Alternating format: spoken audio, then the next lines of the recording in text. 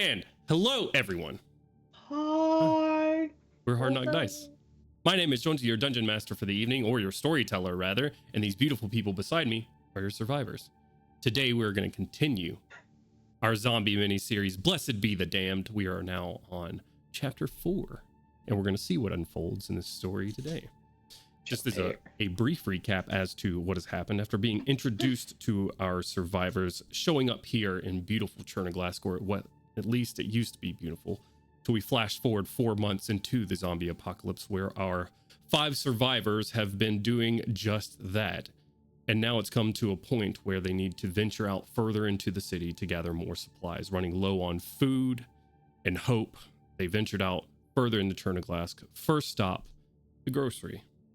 Making their way quietly in their electric car, looking out for other signs of survivors and other signs of life, finding none at the moment. Pulling up onto the grocery store itself, they saw it surrounded by ferals, making a rather stealthy approach until Kit unfortunately triggered the electronic door that made an alarm sound as it opened for them. Triggered a brief but intense struggle between our grocery store crew and and the ferals right there at the door. However, even with some close calls, they persist. Guff on top of a building across from the grocery store, taking sniper shots as the zombies attempting to get in and harry his friends. To varying success, noticed an interesting contraption on one of the nearby buildings, on a residential building across from it, and shot it to make some noise. Shortly thereafter, another survivor came running around, making a lot of noise, bringing that group of ferals that he had sent running that way, chasing them right back into the main thoroughfare. The survivor, whoever he was, jumped into a car, and with a brief moment looking up at Guff, seeing him there, wrote in big bloody letters, "Save him," before all of the ferals that he was surrounded by broke into the car. And well, that's where we'll pick back up. Our grocery store crew, you are safe.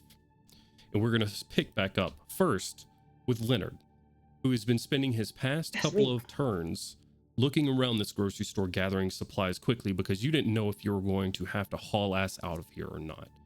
So, Leonard, I'd like you to make me a spot check, please. Spot check. Can do that, I suppose. I'm not very spotty. You can do spot or gather intel, whichever you would like. I think I would prefer gather intel because I would make it an 11.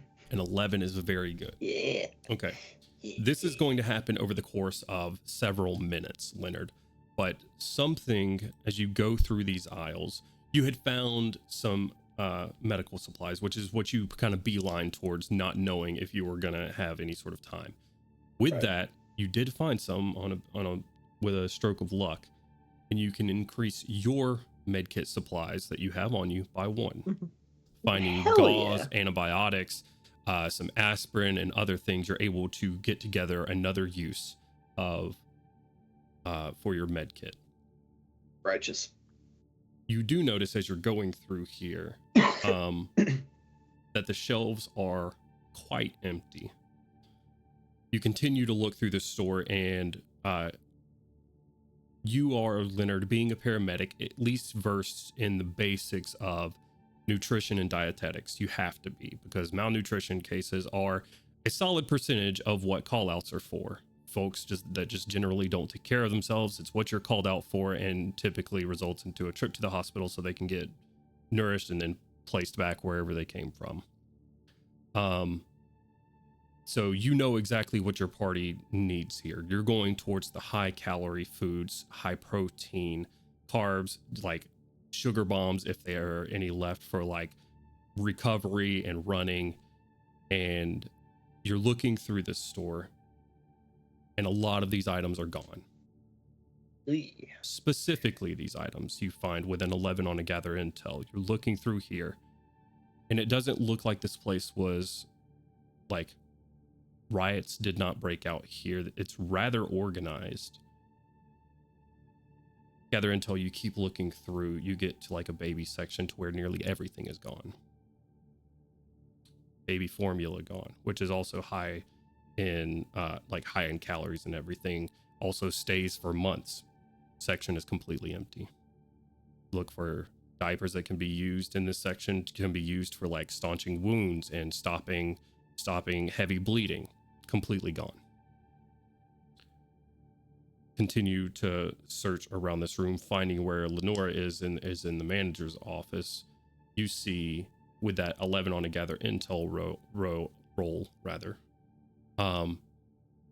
that on the inside of this room, just brief looking to see if there's any supplies back here that you might be able to use, that there are dents in the door from the inside where the pharaoh was, as if it was trying to get out of this room.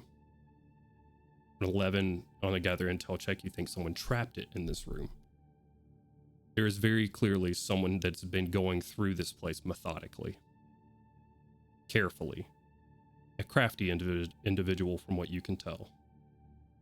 A little sneaky, perhaps. Okay. Good to know, I suppose. I'll continue about what we're doing. Odds are I'll double back and make sure that I kind of, as I pass folks, like I'll make sure I find everybody who is in the store and just kind of one by one let them know. Like, I really doubt that they'll be coming at this time, but this place looks like it's been being gone through carefully by somebody. So keep an out. Just keep a general eye out. Yeah, just to each person. Get there, and when I get to Kit at the front, I will do a quick like look over of her personage to make sure that, because I mean she's fighting shit. Okay. Which brings us to our my next point. Everybody that was in melee with a feral last combat, anybody who was in a melee, I need you to make a pressure check now after the fight's over and the adrenaline has worn off. Even if I missed the one attack I made. If you were in melee with a feral. What about me? Because technically I was, but I'm still under pressure with all those ones out there. So you're still, right. We'll get to you in a second. This is grocery store crew. Skeeter, I am going to say your difficulty is going to go up to 8 because of the zombie crashing on top of you. The rest of you is DC 7. Except that's Will, correct? Correct, Will. Okay. So it's 11. Just the D6 plus Will? Correct. I gotta roll a 5 or 6. Come on, my low dice. I only rolled a 6. Oh, it fell off the... I rolled a 6 on the dice. 6 on the dice. Very good. I'll send you a picture in case you don't believe me. Believe you just fine. I don't believe you.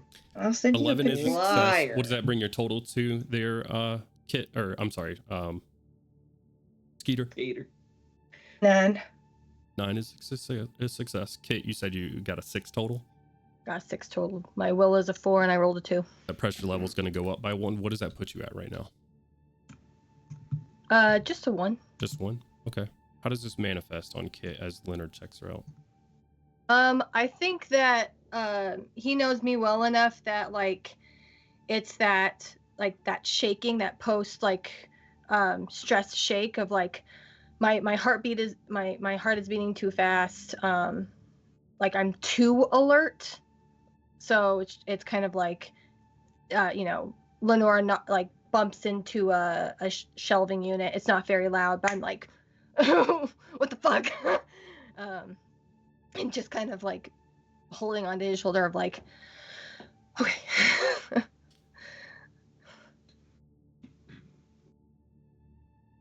So that's what that looks like. And Lenora, what was yours? An 8. 8, good. So 5 on the dice and 3 for Will. Keeping your cool at the moment for the most part. Kit, the only one increasing in pressure. I know Kit was busy looking to maybe make a distraction with the grocery store. That's going to take some time to do, but Lenora knows where the alarm system is now. She's located that, and with a couple of you focusing on that, if that is still the plan, take a few minutes to sort that out. Guff, Yeah. 9 zombies breaking into the car in front of you. They've slammed through the glass. You hear the briefest of muffled screams from the car. You have a choice here. These ferals are occupied at the moment. You could attempt to stealth to the car, stealth to the grocery store. You could also make this place a bit more safe for you and your friends if you attempt to take out these 9 ferals while they are busy. It's an ammo cost, but you could do it. They are preoccupied. Yeah. Guff will probably more like secure the area rather than run off and be like, oh, there could be zombies attacking any minute now. He's just going to take his shots nice and calmly. Okay. And take them all out. So here's what I want you to do. There's 9 of them. I want you to roll 96. On a 1, I want you to expend 2 ammo. On anything from a 2 to a 5, you take out 1 zombie. And on every 6, you take out 2 zombies, able to line them up perfectly. Okay. Okay. I got 3d6, so let's go. Okay. Let's go. All right. I've got 2 5s and a 1. 2 5s. Okay, so I want you to track your shots, but you take out 3 zombies with that still. You just need to use 4 ammo for it because of the 1. Yep. Did he take Ricochet? I did. You did take Ricochet. That's right. Ricochet. I didn't expect our stuff to come in that quickly. So for our friends at home, He shot himself. I've offered our survivors here some upgrades to their character. And the one that our friend Guff has taken is Ricochet. Which, Guff, do you want to tell them what Ricochet does? Yeah, so I basically trick shot. That's what I do. If I miss a shot, then I can re-roll. And if I roll a 6 or a 5, I hit a target close by that is a enemy target. Okay. On a 1, I may hit a friendly or myself, but we don't talk about that. All right, so these zombies are definitely within 30 feet of each other, so go ahead and roll that Ricochet chance. All right. 4, so just misses like normal. Just pings off Aw, into the dang. distance. Damn it. Could have had it all. 4, 3, and a 6. 4, 3, and a 6, so you take out an additional zombie for 1 less ammo, so 7 are down already. Nice. So you got 2 more shots that need to be made. You said 9 shots? So you've rolled. Total. Oh yeah, but I hit them. Yep. Okay. Well, I rolled a 5, 4, and a 1 because I did that before you said I had 2 left. So shall we count the 1 and get rid of the 4? Just re-roll. Just roll 2d6. Okay. Yeah. All right. You make it as fair as you can, I guess. Yeah. 5 and a 2. 5 and a 2. So Yeah. you Sorry. probably all in here hear the quiet sounds of Guff outside. Anybody who takes a look outside will see Guff's position and taking out ferals in a car beneath him quietly. Guff, you've made this side of the street at this very moment fairly safe as far as you can tell. Okay. I'm a beeline for that that radio. Okay. Going for your radio, I'd like you to give me a pressure check. Sure. 6. 6. You're going to increase your pressure level by 1. Realizing how close that Jim Bro zombie got to you shakes you up a bit. Pressure level increases by 1. Okay. I start patting myself down for my smokes, but obsessively. But while I'm doing that, I will get on the blower and talk to Kit. Yeah. So I'm not dead. Good to hear. Well, we have some interesting developments outside. Interesting as in other ferals or? No. A fellow survivor came out. He was leading them away. I killed them all, but he is dead. He left me a nice little message in a window. Said save him. I don't know who him is. I don't know where he is, but it's yours if we choose it.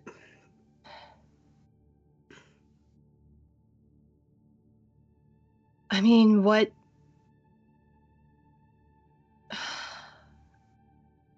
I don't know. This is loud enough that I think whoever is standing next to me can probably overhear. It's not like it's.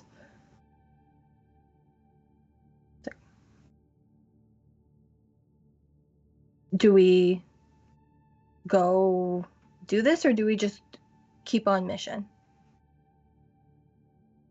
Don't ask Leonard. Fortunately, Leonard's next to me. Damn it.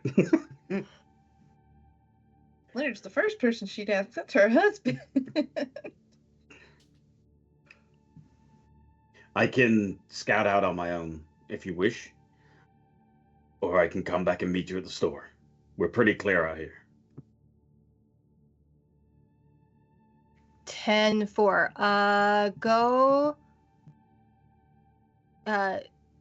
Get yourself clear of the building, and then make an assessment before you scout. If you think it's unsafe, then come to the store. Otherwise, maybe take a look-see around.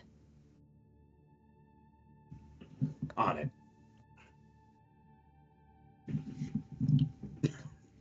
Yeah. Yeah, I will very, very, very slowly and calmly make my way down the building, as quietly as I can. Yeah. And I will sort of move in a diagonal, so I'm going closer to the store, but also closer to the car. Just keeping my eyes out on everything and seeing what I can hear and see. That'll be what I'll have to do. Okay. Are you prioritizing just sort of securing the perimeter around the grocery itself, or are you heading in the direction of the contraption you shot? Okay. Grocery. I would say, yeah, grocery. I'll be more attention on the grocery store because they're my peeps, and then I'll sort of look around. Okay.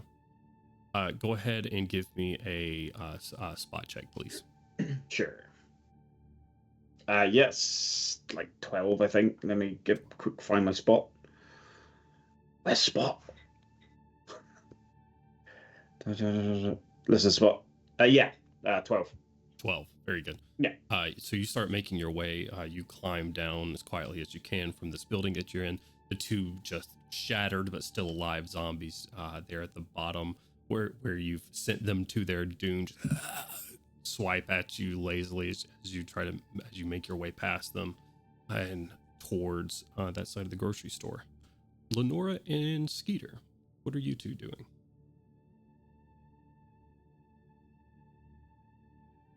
Go ahead, Lenora.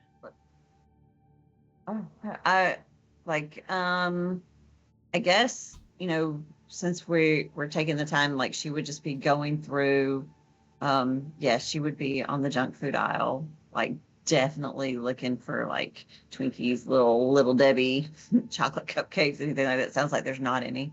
But she'd probably be looking underneath the cabinet. Give me a spot check or a gather intel, your choice. Okay.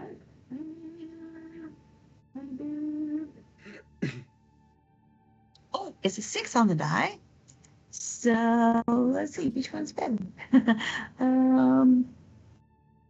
Probably. Spot check for sure. That would be a 12. 12.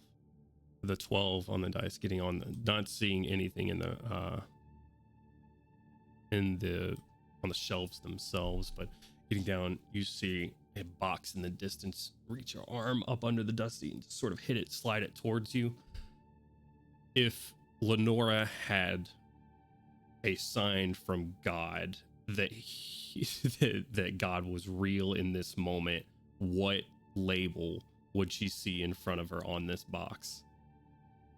Oh, those like Nutter Butter bar, those like little Debbie, like the crispy cookies covered in chocolate with the Nutty kind of cream. Buddies.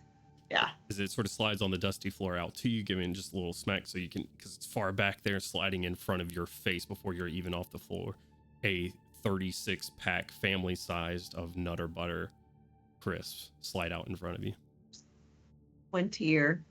kind of like starts to form in the corner of her eye. She's just like, oh, there is an afterlife. There's God. Rabbit. Catherine Awesome. speaking to you from beyond. Uh, no, probably not. That heifer, she would have. She's in hell. That is the conclusion. Yeah, 100%. And she would have sent like some stale gum or some crap. She's a heifer. No, yeah, she would absolutely would have sent a pack of like sugar-free gum or some nonsense.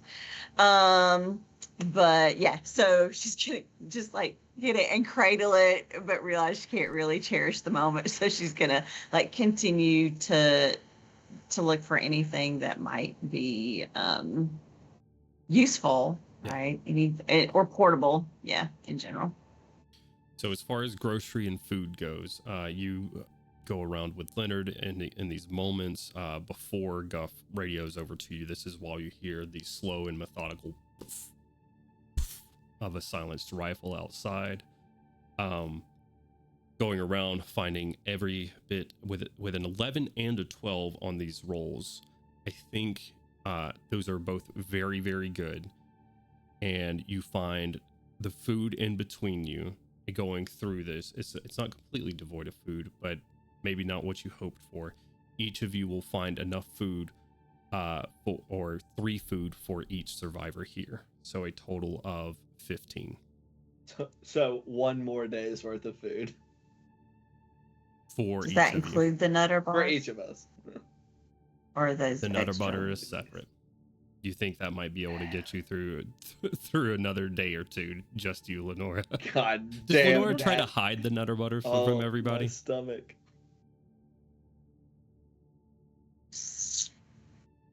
I think she wouldn't put a lot of energy into it, but she would have tucked it inside her jacket pocket to start with. Like, she would have tucked it inside like her little messenger bag or whatever she's got, for carrying junk. She would have tucked it in there to start with. Sure. Give me a But quick. like, if questioned, she's not gonna like be shady about it, but she's also not gonna be like, look what I found, guys. Give me a quick hide check. If I can use this one, same die that gave us a 6 a second ago is probably gonna betray me. It was 5. So for hide, that's a 10. Okay, successful. So, Sweet. Skeeter, what about you? What are you doing in these moments? I am also scouring the grocery store still. Yeah. I don't want to take Stella back out yet in fear that when I pull her out, the door's going to ding again. So I'm going to wait on that. Well, I will say Lenora did find the switch for that. So would you have, Lenora, would you have turned off the automatic doors? Oh yeah, 100%. So Okay. those lights, like sort of red LEDs above them, go off. Fine. Skeeter, Okay.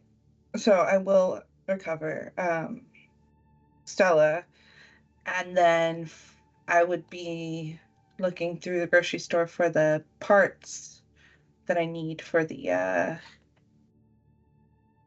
whatever the thing is that I was making to help the car, the little like wind turbine or whatever it Like is to recharge the create car? energy. Yeah. Yeah, to recharge the car. Give me a gather intel or a spot check, your choice. Wonderful. Hi. Let me see. What's my best here? Gather intel or what was the other one you said? Spot? Spot. Oh yeah, spot. Absolutely spot. Okay. 5 on the dice plus a 6 for a total of 11. Very nice. Lenora, Skeeter, I think you find a couple of options with an Okay. 11.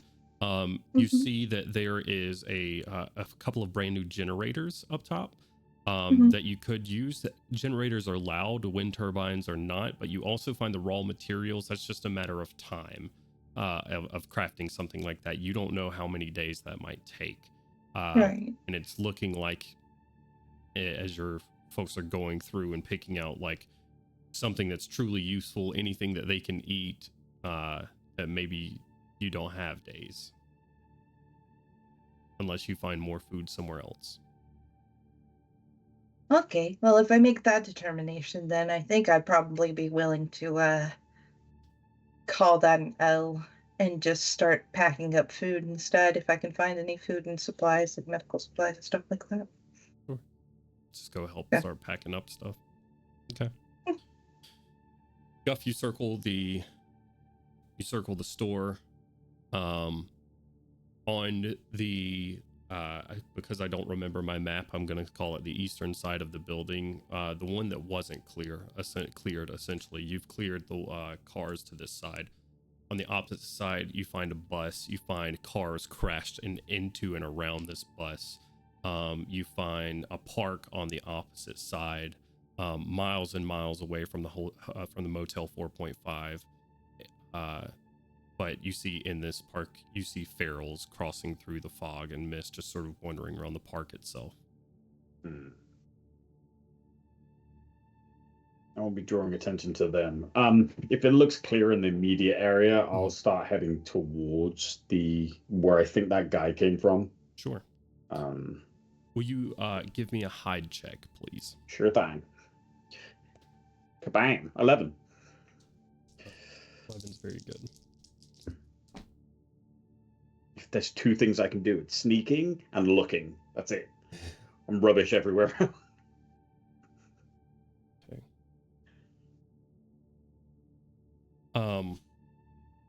Guff, heading around to where you shot that contraption down, you find a residential apartment building, something like you were propped up on not too long ago. 3 to 4 floors, not very tall. Probably holds like 16 to 20 units, like apartments inside or so. Go ahead and give me another spot check. Sure. I'd like it make it known that the rifles are on the back and I'm holding the pistol in my hand. Okay. So, but I'm hunkered down. Gotcha. Ooh. 9. 9. Okay. Yeah. On a 9, you see the contraption you shot off, which was pretty high up on this building, and it's like a bell contraption that's based off of just making periodic, like from what you can tell looking at it, was just made like on a physical thing. So like every time the wind blew a little bit too hard, it would ring that bell kind of softly.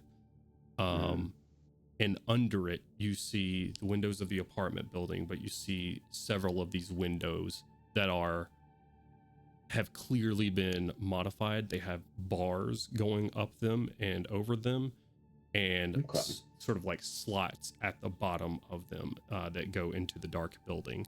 You see dark stained concrete under these windows. Give me an insight check. The hell, sir? Sure. Hallelujah. 8. 8. Keeping this dice. Putting the bell together and these windows together, you think that they were attempting to gather attention of nearby ferals without necessarily aggravating to the point of a full-on sprint, but sort of like the lights were doing at the grocery store, where that slight flickering noise would bring them in that direction. And you look at the window and there are no bodies out there. You're like, you put the two together, they were slowly bringing up ferals and just stabbing them through these slots in the bottom windows. It's pretty good. And what was your hide check again? It was 11. 11. I think. Okay. All right. With a 9 on a spot check.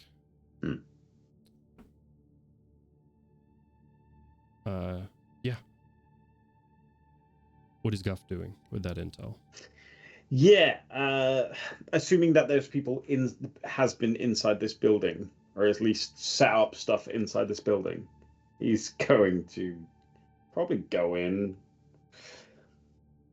The door open, door closed.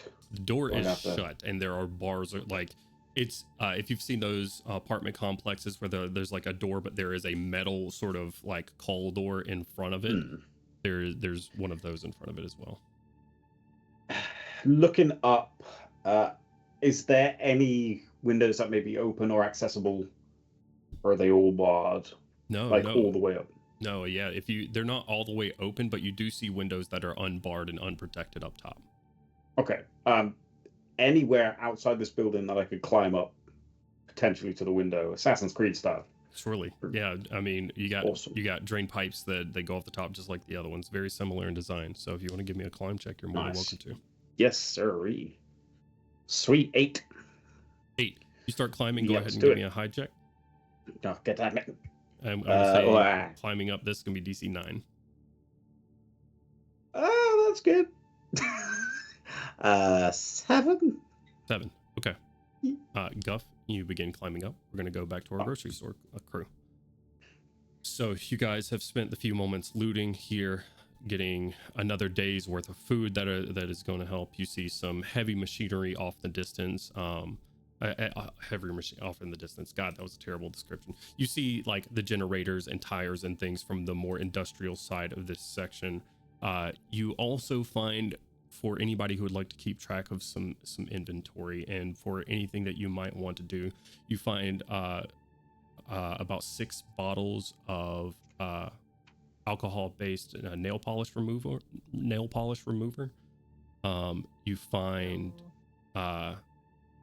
You find a packet of chlorine tablets for water purification, and you find 3 dog leashes, in addition to all the food and first aid supplies that you find. What did we find So- any like foreshadowing. drinking alcohol? Any drinking alcohol? You can give me a spot check. Or You're brave enough. enough. The nail polish. I mean, that's acetone. You don't want to be drinking acetone. I Is mean, acetone alcohol based? I mean, she's not that desperate. Let's see. As a spot check, that is an 11.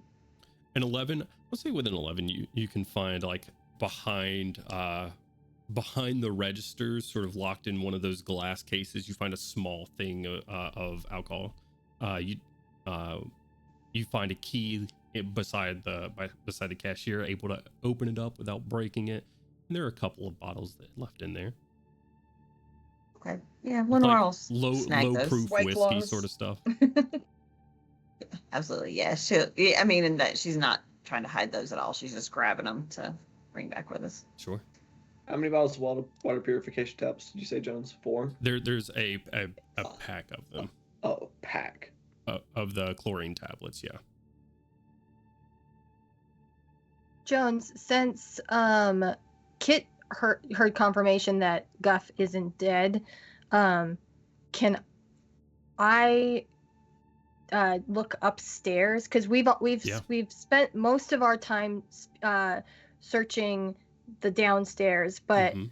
I don't know. I've worked in a grocery store. There's a back room. Like, there's pallets of shit. Like, Did quick question before Kit goes off to do that. Did Guff give an indication of where he was going? Well, he said he was going to scout it out, correct? Right, but he did not say where it was. No, I don't Correct. think so. You're welcome. Awesome. I completely forgot. Well, Well, I must- You have a walkie-talkie. Yeah, And well, it- yeah. yeah, my and if that concern was occurs more to of, Leonard in this noise. moment. Yeah, Ah, true that. my concern was more noise, but yeah, I'll ask it. Yeah, I'm just gonna grab Kit before she goes upstairs and where was it that Guff was going? I mean, we heard roughly where he was shooting at. And I Right. sort of indicate. If he's leaving his shooting position, he shouldn't be alone. He's off the roof. You guys Right. look to where you saw Guff shooting. He's no longer there, and Yeah, there are I'm no longer like, ferals in the He's street. not up there. Yeah. Yeah. Yeah. I think it's like Kit looks at Leonard and goes, "We slow down Guff more often than not. I know that we shouldn't be by ourselves, but hopefully he has enough good sense that if he thinks it's if it's dangerous, that he'll come back and regroup with us so that we can investigate whatever the hell it was. But if whatever it is time sensitive? what's more time sensitive than us not starving to death? Have food.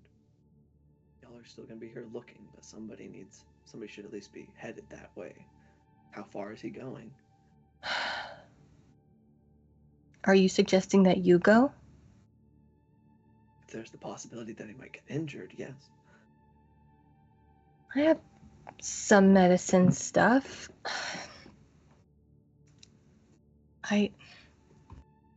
Except somebody needs to be here to make sure nothing goes wrong here either. Skeeter's just gonna come up behind them. I'll go. Where is he?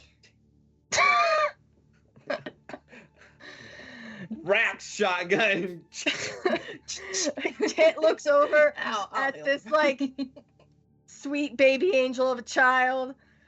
Of Wait. just like Skeeter is 17. She is a child. You can be a child to be an asshole. That's bad. True facts, but I'm still. This is what's going through Kit's mind of like. Yeah. And you know what? Leonard knows that. Yeah. But Skeeter, you know the parts and things that you're looking for here. We don't. So. No. I think it's gonna take too long to build a generator, to be honest with you. I don't think we have long enough, so. Yeah. No. It's okay. Okay. And I like undo my rifle and hand it to Leonard. Lenore's gonna wander up and be Dear like, God. build a generator. There's generators here. Why don't we take one that already exists? I don't misspoke. understand. I'm so sorry. I mean a turbine. That's done. Oh, it's a Yeah. Power generator, powered car, etc. So where are we going? What's going on? She's like late to the party, as always. Keep scouring this place for everything. It's been picked pretty clean, but we don't want to have to make a second trip, especially if we know that there's somebody who's checking this place out. Though, perhaps Guff already found them, but still. And I'm going to go make sure Guff does not expire prematurely, and help him if somebody's needing saving, then perhaps they need medical attention of any kind. So Okay. Just okay. come back to me. Yeah. If you could ask him where he is, Okay. rather than a general direction, that'd probably keep us from getting hurt. Yeah. While she's oh sorry. Oh no, I was gonna say it's like I think we've created like a system where like if you like double click the radio, it's like you're not talking but say like, hey, where are you? I think that Kit like clicks it to see if you can talk, Guff. What? Somebody's gonna come and meet you for backup. Which road did you go down? Leave the store at 3 o'clock. Okay, and I relay that information to Leonard. It's past noon.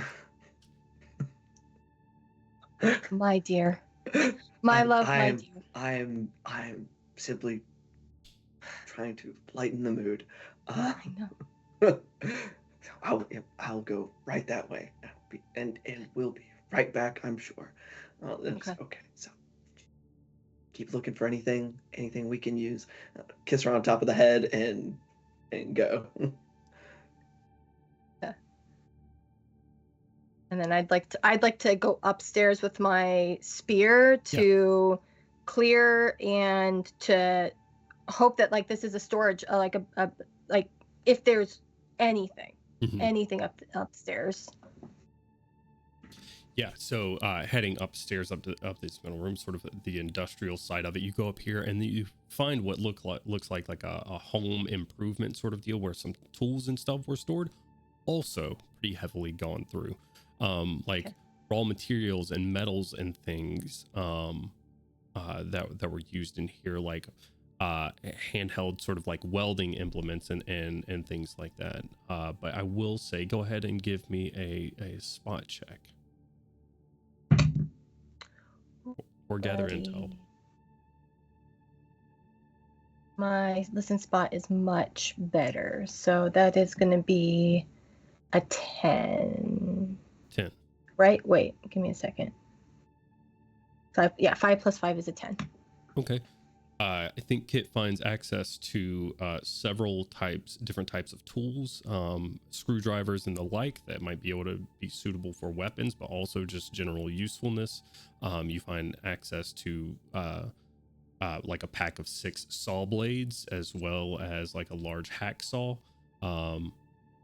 And you would find, let's see, I'm just going to give you a general luck check here. Okay. In addition to this, Kit will find a chainsaw. That's the best zombie killing weapon. Okay. Hell yeah. Okay, can I roll a luck check to see if... Okay, at like home improvement stores in the United States, the like end caps where they have the like impulse buys, there was always like candy bars, and they were usually kind of like clearance or whatever, so they might be a little stale or might be a little whatever. Kit desperately needs a chocolate bar. Can I luck check? Give me a luck check. Okay. Ooh, that's a dice that went to heaven. A 6. A 6. I would say Kit probably finds up here in this, in like a home improvement thing, I think there's a lot of like energy bar type things. So while you won't find anything delicious up here, Kit, you will find some like a pack of mostly gone through and sort of discarded protein bars and stuff. High and nutritious. I will say this will give Kit an extra 1 day of food. Gone through. Somebody's being picky during the fucking zombie apocalypse. They're like, ooh, I don't like that Well, flavor. it looks like someone grabbed handful, threw in whatever bag they may have had, and this is what's left on the floor. Gotcha. Okay. For sure. There are God some damn. delicious protein bars out there. Yeah. I'm not going to name any names. No sponsors here, but Bear Bells. Fuck being sponsored by Bear Bells is the protein bar that's delicious. Mhm. Okay, also with that spot check, I will also say, just looking around this area, you see the doors have been barred on this side, keeping them closed up top. Nothing fancy or anything, but it does look like that some planning was put into it, as 2 brackets were sort of after the fact mounted on either side of this door, and a large board was placed there. And then you remember the zombie that fell on top of Skeeter out there. Clearly someone is like leading them up into trapped areas without like attempting to kill them or anything. They are just instead running like getting chased and then locking them somewhere. For sure. Okay. I bring everything down with me. Having stowed those energy bars into pockets, and go down to help Lenora and Skeeter start loading stuff into the car. And I think that we're safe enough that we can move those shelving units out of the way instead of having to go all the way around. Just like... Yeah, so the 3 of you are going to start moving the shelves out of the way. A little bit more difficult now with 3 feral bodies and a lot of feral bodies on them and a lot of feral bodies in front of them, but easily to be done, and you can start taking these supplies out to the car easily enough. We'll cut to Guff and Leonard as you cut out of the grocery store here. Leonard, Damn near carrying the rifle like a club. Like, Guff easily climbing this building up the drainage system. You hear that click through from Kit on the walkie to let her know where you're at. Keep climbing up, and as you get to one of these windows, and it's one of the top floor windows, you got just a couple more feet until you think you might be able to get on the roof with maybe there's some roof access, so you don't have to break a window or anything. But as you get to that window, you realize that it's open, and you also realize that there is a barrel of a chrome-plated 45 in your face as you do. And you see holding it is an older gentleman. You are on the side of the building climbing on the gutter when that barrel is there, and in front of you, you have your silenced pistol in hand. But as you're climbing up here, he's holding that. There's an older gentleman, probably mid-50s or so, sort of dark tanned leather skin, graying hair pushed back and out of his hair, though it has seen some months of growth at this point, wearing sort of a thick leather aviator's jacket. Points his gun and says, "Won't you hand me that gun there, friendo?" I'll put the barrel to my lips and go, shh, and then look down as if there's something down there. And give him an eye. He holds a hand out to you. If you think you can fight them all, be my guest. We've been doing all right for ourselves. Really? Because I think I found one of your men. He doesn't look too bright. You see him twitch at that a little bit. Gun. Now. On your head be it. I'll flick it up and hand him the handle end. He takes it, sticks it in his belt, pushes the window further open, takes the gun of his barrel, and beckons you inside slowly. Yeah, I'll do that. Climb inside. A stark difference in temperature. It's dead cold outside. Somehow they have some heat running in this building. It's warm. You look around and you see the remnants of some this is a lived-in space. Leonard, you go around the corner. I want you to give me a spot check. In order to see anything but Guff climbing into the window, you're going to need to roll an 8. 7. Damn. So you don't see the tip of the gun barrel that beckons him inside, but you do see Guff sort of flip the pistol around and throw it into the room and start climbing into the window of the top floor.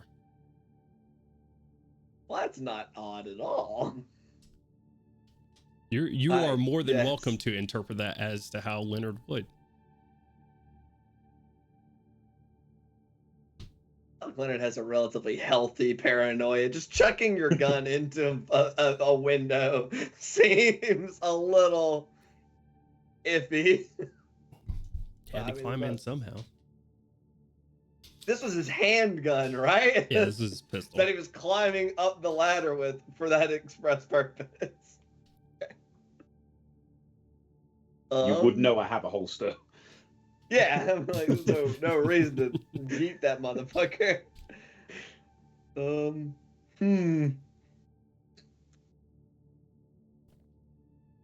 mean, he didn't get blasted, and then he did go in.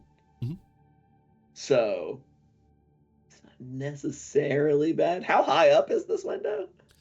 This window is probably about on the 4th floor, so about 35 feet or so. About 35 feet. Yeah. Okay. And there are no ferals in the immediate vicinity that I can see. I mean, you see some like off in the park, the same direction that Guff did. That's behind you and on the other side of the grocery, though. Okay. Okay, here's what I would like to do. I would like to climb most of the way up the ladder. Is the ladder is like flush with the window or with the So wall, he's so it climbing comes up like a gutter drain. Uh-huh. So it's up. That is about 2 feet away from the window or so. Okay, so I could hypothetically climb up enough that there is something in between me and line of sight with the window.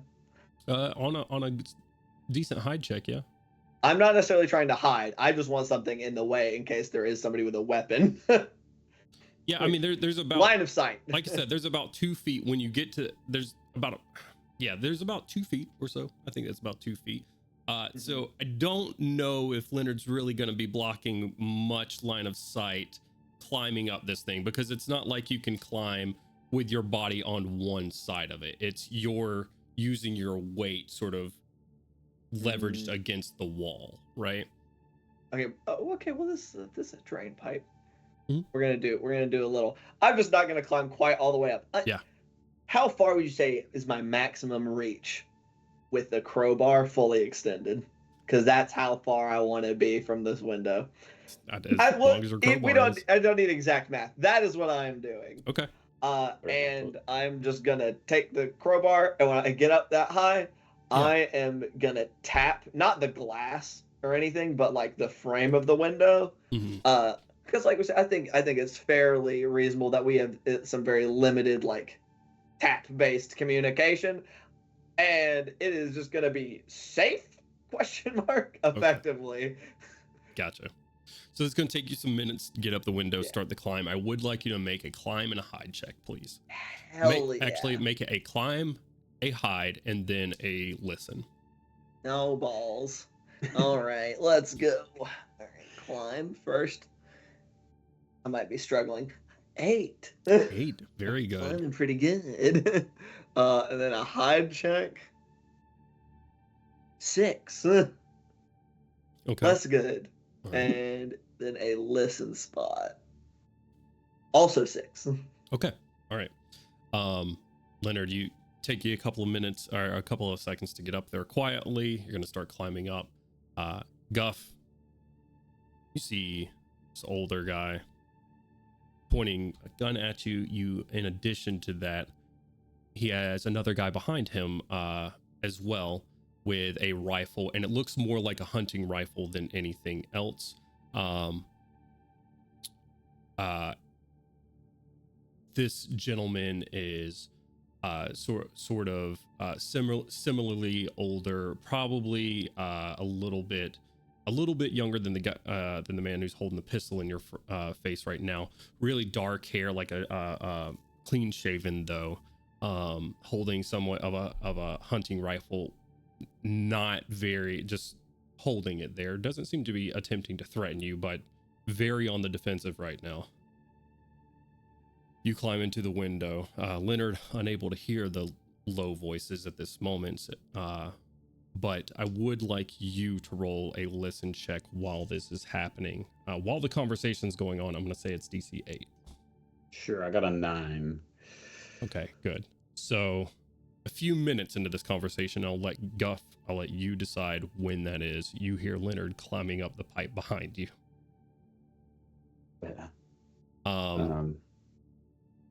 It's important for you to note that during this conversation that you and the person you're speaking to will hear it at the same time. Can I ask what you're doing climbing on my building? I was sent here. Somebody asked me to save somebody. I assume you're the somebody I have to save. You see the guy in the back look towards this guy in the aviator like he's calling the shots. He says, save somebody. You talk to him? No.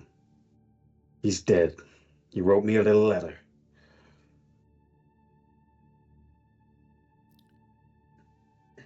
If Doc is dead, that's not good. Doc, Yeah, Doc. You have your own medical staff here? If that's what you want to call him, sure. He is our medical staff, I suppose. We got one of them too. There's a few of us. I'm not going to give you any details with that thing pointing at me. Unfortunately, I don't know who you are, and you still got a hell of a fucking rifle on your back. I'm Guff. I belong to a private company of, let's say we do jobs most people don't like. Done a lot of killing in my day. By the looks of that thing, so have you.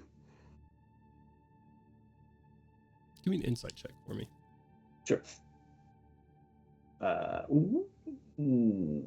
Where's my insight? 7. 7? Yeah. I think Guff has been around military guys his life to know fairly easily that's an officer's pistol in his hand. Yeah. The wings that are on his jacket seem to indicate a captain in some Air Force. So clearly military.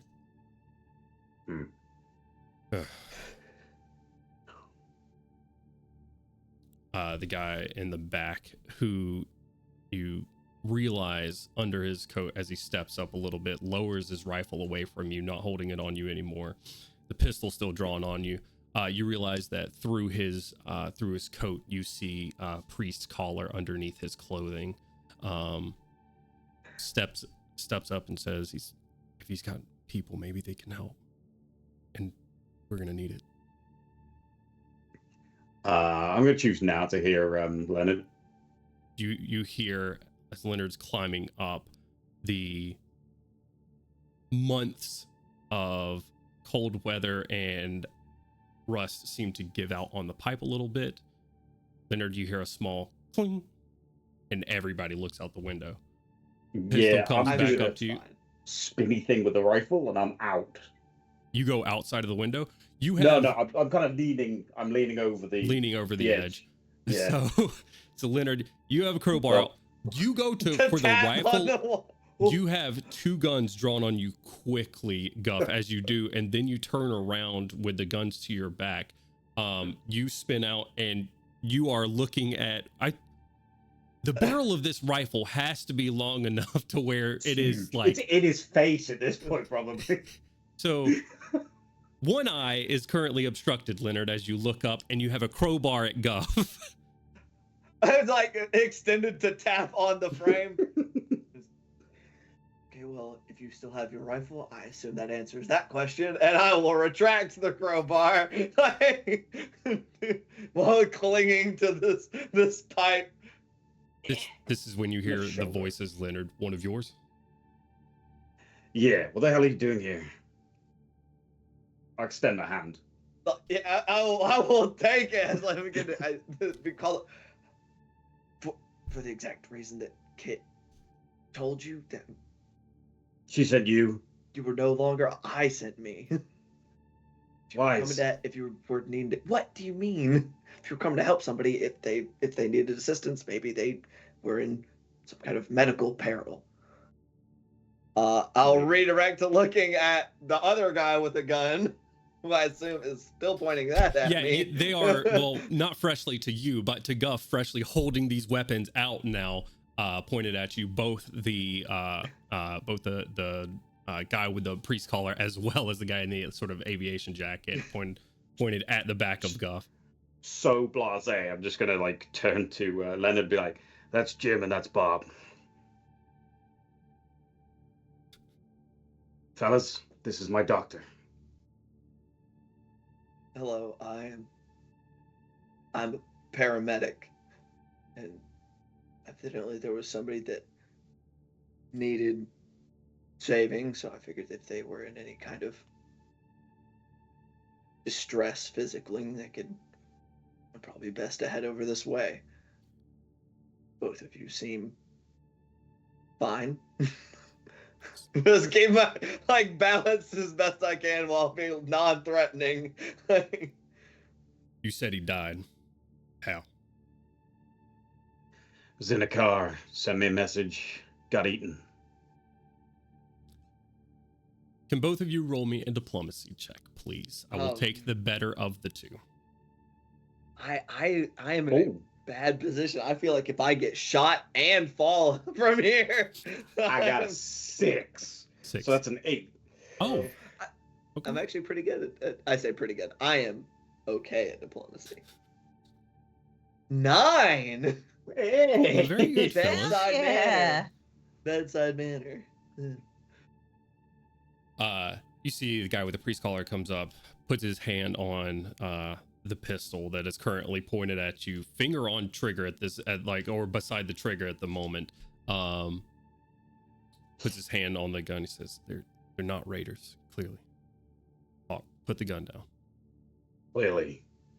Pushes takes the gun, still pretty skeptical, keeps it in his hand, but trains it off of you. The guy with the priest collar puts the gun down. He says, "My name is Father Reyes. This is Captain. This is Lyle Hawkins, or we just call him Hawk. It's good to meet you. We're gonna pan our camera over to our other crew. You guys have loaded up the car successfully at this point. All of your resources, plus one chainsaw in tow, ready to go in the car. What are you three doing?" I think that I look at Skeeter and Lenora, and I'm getting a little antsy because it's been a hot minute. This should have just been a look and report back. And so I am going to look at Skeeter and go, "Skeeter, can you and Lenora drive down to the corner slowly? I'll walk beside. I'm going to radio and see where the guys are at." We are now synced back up in time. So for our two that are in the apartment building and the three of you. Yeah. So I'm going to, as we're doing that, I pull on the radio 3 clicks to say, "Can you talk?" Yeah, I'm not even going to question it. I'm just going to get my radio out. Yeah. 'Cause this is a situation I've probably been in a million times. People pulling guns at me all the time. So, yeah, I'm just going to grab the radio. Okay. What? "Where are you and my husband? It's been too long." We're in a building. We've got Jim and Bob pointing guns at us, and your man stood next to me. We're fine. I'm fine too, thanks. They just said their names, Guff. Huh? They just said their names. Okay. More about Do they need assistance? They sound like they have one injured, but they won't give us any more details. God fucking damn Leonard, it. they're speaking with you, hearing Guff say this at the Hey, moment. I'm just getting my hands up. The guns are down, and there is a civil okay. conversation that is now unfolding at this point. I think Leonard. No, Jesus, that's me. I'm Leonard. Guff, I believe. I think we're getting to that as we speak. So There you go. So we're gonna have more details. I'll radio back. But God fucking damn it. Why don't you just get in the passenger seat so you're safer in case we need to close the door or something instead of walking beside us? I whisper out the window as we're slowly down the stairs. It's Or well, I get on think the it's roof more, or something. We're going I slow think it's enough. more of the I didn't want to slam the doors or anything. So it's the the door is kind of open and yeah. So I think I hear that and go, okay. Should we pull the car and sort of in that direction, ladies? Yeah, sure. I mean, if they're running, then to run not far. I would like Yeah. all three of you to please give me a hide check. Okay. I need to do a drive check as well. Yes, please. Wonderful. hell yeah, Skeeter. Oh, I'm a good hider. Skeeter watches. My height is a 9. I got a good hide and a good drive. So let's see where we go from here. My hide's a 10. Very good. So I Wait, what do I add? Just the. What am I adding to the drive? Just the +2 for drive? Or do I add something else as well? Your agility. Okay. It should Is be the same added for up hide? to the side. Oh, I'm dumb. Wow. Yeah, okay, so drive is 10 and hide is 12. Very good. Quietly, like hopping in the car, pulling the handle to, closing the doors. The main threat being in the area that you're parked in, the ferals in the park beside you, but with those rolls, I have no horde to come after you now because you quietly get into this car Wonderful. and pull away. Skeeter with expert driving, even in this dang old city car. You're no skirt. It is absolutely silent when you do it. It goes.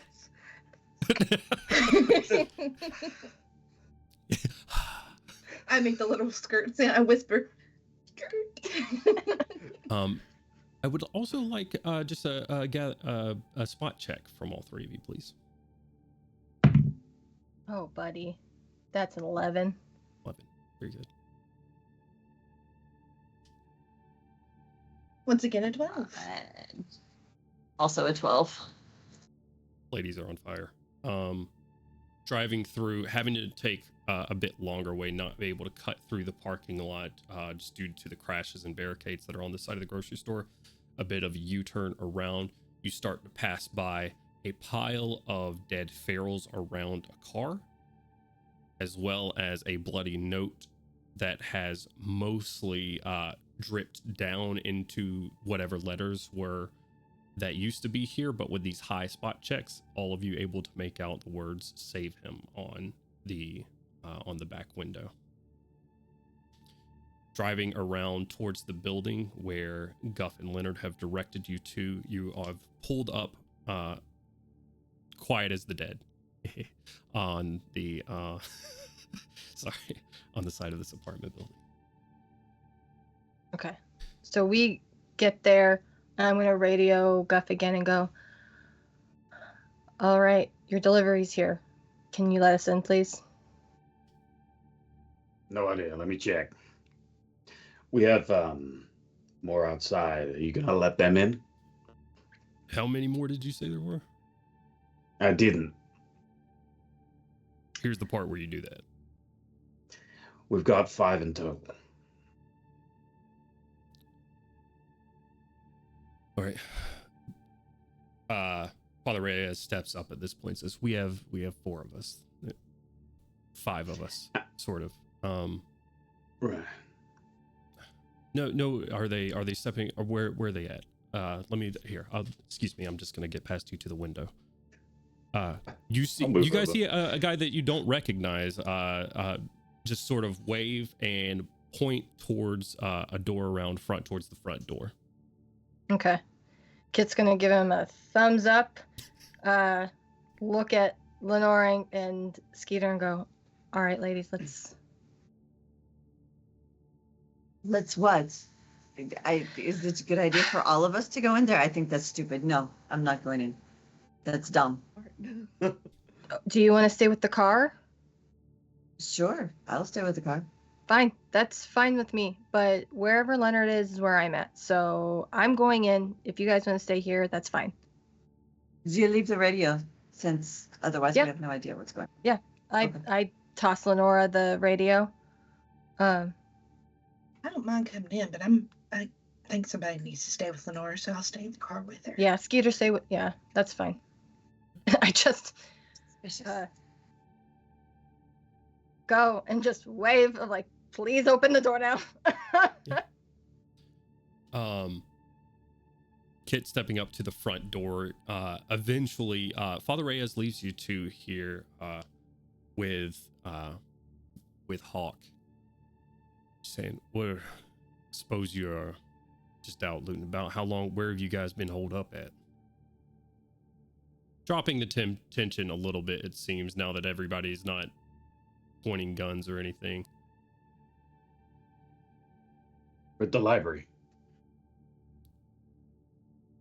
Fair enough. You're here? unfortunately, and barely. Come on, At least we'll you go got down and access meet to the food. We'll go down and meet the rest of your group. What was that? At least you got food. We do have some food. Y'all hungry? We've stocked up enough here Very. for a little bit. Yeah, we got some food for you. Come on. Hell Yeah. yeah. Follow. See, his first name was Lyle. It's Jim. Lyle Lyle Hawks or Lyle Hawkins? Hawkins. You heard the Yeah. priest. Father Reyes and Lyle Hawkins. Okay, cool. You heard the priest refer to him as Hawk. Hawk. Interesting. Off to Yeah, don't. I thought it. I You wasn't ruined gonna it. say it. It wasn't gonna be me.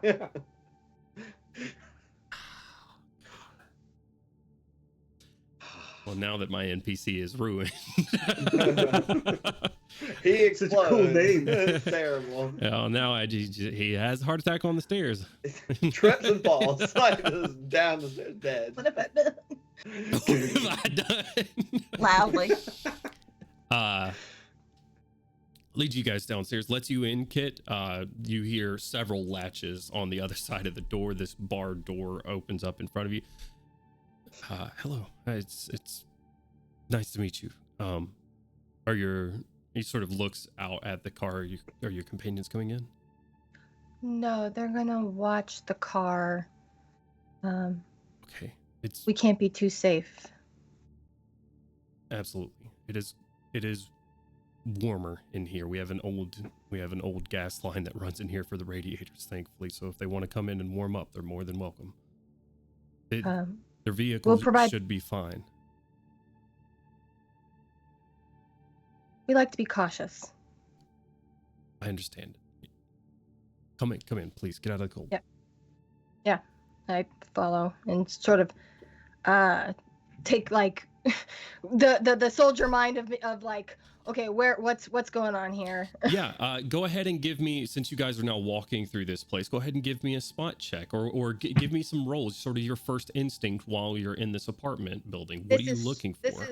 This is a gather intel. I roughly heard what was going on over radio, but like, save him, what the hell does that fucking mean? Like, do I hear anybody in pain or crying or whatever the fuck it is? So that's gather intel, so it's a 6 plus a 3, so that's a 9. 9 on together intel. Okay. Looking around, Kit, you see coming down the stairs in front of just sort of with that intel check, maybe a sign of trust here, an older gentleman, as I've described Hawk to them. You see this same guy in front of Guff and your husband walking down the stairs. Sort of shakes his head and clocks you, but shakes his head and goes to his belt and pulls out a silenced pistol and hands it back to Guff. Sorry about that. Gotta be safe. Turns back around, just sort of nods his head at you. You see a walking out with a rifle on her back as well. You see 2 more people in addition to the 2 that are in here. You see a younger woman, maybe late 20s, early 30s, sort of long hair and a ponytail that's sort of pulled back at the moment. Hanging out on the side, just sort of posted out, sort of brunette hair, thin, sort of lithe figure, and behind her, coming out of what looks like to be like maybe like a common room behind them, is a dark-skinned guy with bald hair, probably also pretty young. Bald head, looks like he shaves it pretty religiously, no facial hair or anything like that. And with that gather intel, I think Kit clocks an old uniform under his warm clothes, and you see an old cop uniform under it. But it's like there's no badge or anything. And I think Kit would clock this as like a rookie. Like, this is a rookie cop. He's a younger guy. But that's what you see in this area. What about the rest of you? I was similarly gonna roll a gather information, but in a much more direct manner, because if it was indicated that they may need some medical assistance with for someone, And I'm asking. I'm like, not to. We really appreciate your hospitality, especially considering. But if there's somebody that's needing any kind of looking in on, medically speaking, if you could just tell me what their situation is as much as possible. Who are you addressing? Probably. This is probably happening as I'm going down the stairs behind Lyle, like just asking him, and as we get to the front door, being like, "Hello, dear," and handing her the rifle, being like, "You take that back now. I don't want it." But any details, as much as you can. I understand that sometimes if there's it's kind of unclear what's wrong with them, but any little piece could help me see if I could figure it out, what they need.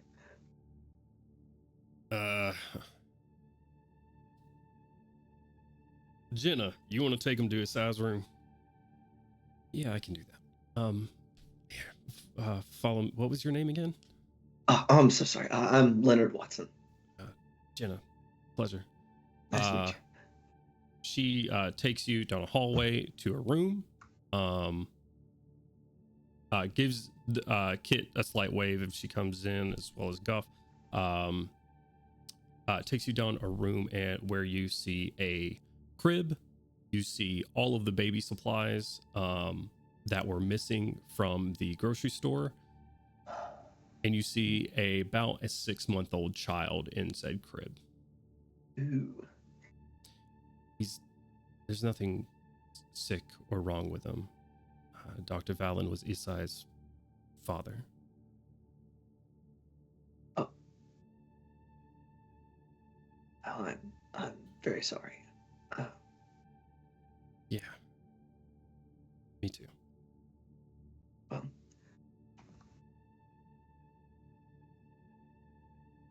while I'm here, can't be, you can't check up on a baby too often, especially when they're this small.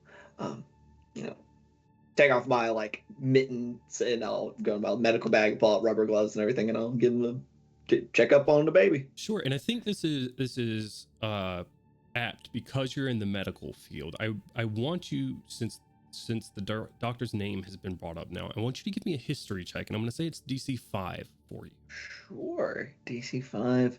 Yeah. History. Do we have straight up? I don't think we have just a regular history. Oh wait, knowledge history. There we go. Yeah, it should be a knowledge history. Yeah, it was a knowledge history. Okay. DC 5. 10. 10. There are some names that are just so synonymous with a field or a thing that, even if you're not in that field, you know of the name, you relate to it. Dr. Valen, sort of as you go and you're checking up on the kid, this is sort of running through your mind. Jenna stays in the room with you, sort of leans up against the shelf that's holding some of the baby supplies, watching you.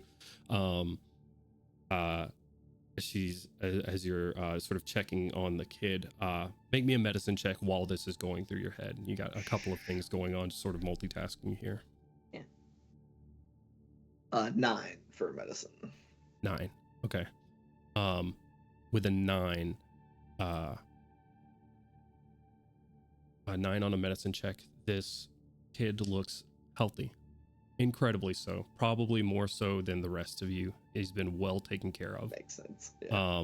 You see regiment, there is very much, it's obvious. There's almost a chart for this baby here on his crib, where his dad was feeding time, this amount, this much, and it's so detailed as you're going through it, and you're just sort of looking at the kid, giving him a once over, and you're like, this kid was absolutely cared for and loved, medically cared for too, as you're looking through here. And it's this doctor was going out, and it's pharmacy this day, these vaccines were found and able to be given.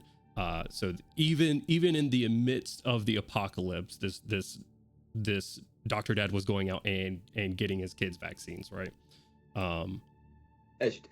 But also Dr. Alec Valen, the name that kind of goes through your mind.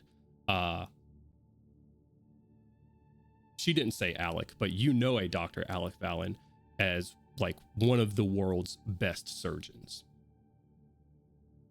As in, this guy is or was at this time outsourced around the world and renowned in his field for being one of the best surgeons.